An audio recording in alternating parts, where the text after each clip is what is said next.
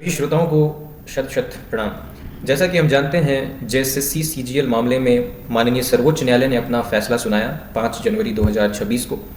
यह रहा वो फैसला का ऑर्डर या जजमेंट आम भाषा में।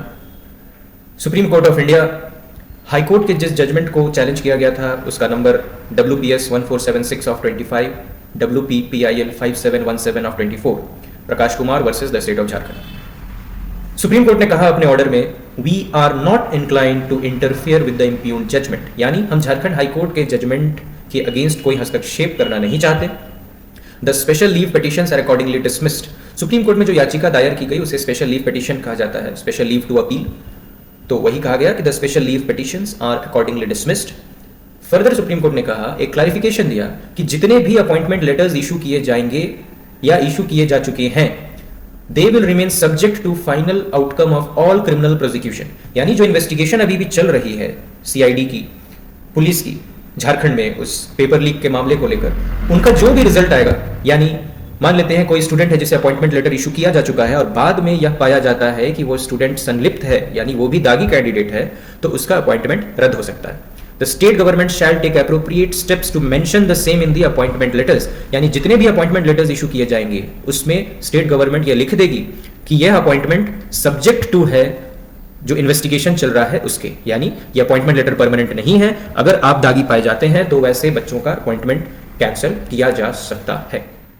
देखिए, इस चैनल में हमने रियलिटी वर्सेस इमोशन के नाम से एक वीडियो अपलोड किया था जिसमें हमने सुप्रीम कोर्ट के 4-5 जजमेंट्स को विस्तार पूर्वक जानने का प्रयास किया था कि पेपर लीक जैसे मामलों में माननीय सर्वोच्च न्यायालय क्या लॉ दी है, क्या क्या चीज़ें, क्या क्या मटेरियल फैक्ट्स केस में चाहिए होता है, और किन किन केसेस में सुप्रीम कोर्ट ने एक पूरे एग्जामिनेशन को कैंसिल किया, किन किन केसेस में एग्जामिनेशन कैंसिल नहीं किया।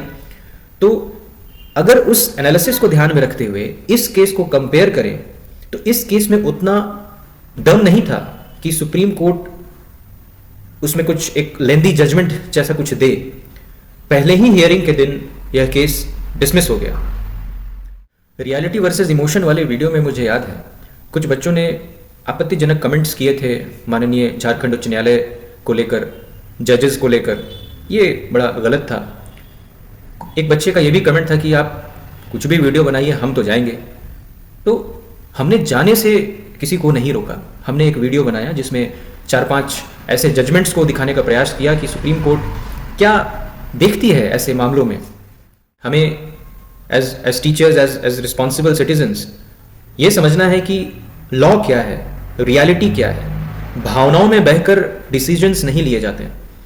तो ये एक बहुत बड़ा लर्निंग हो सकता है बच्चों के लिए, खासकर कि लॉ को समझना है, फैक्ट्स को समझना है क्या है, और तभी कुछ ऐसा डिसीजन लेना है।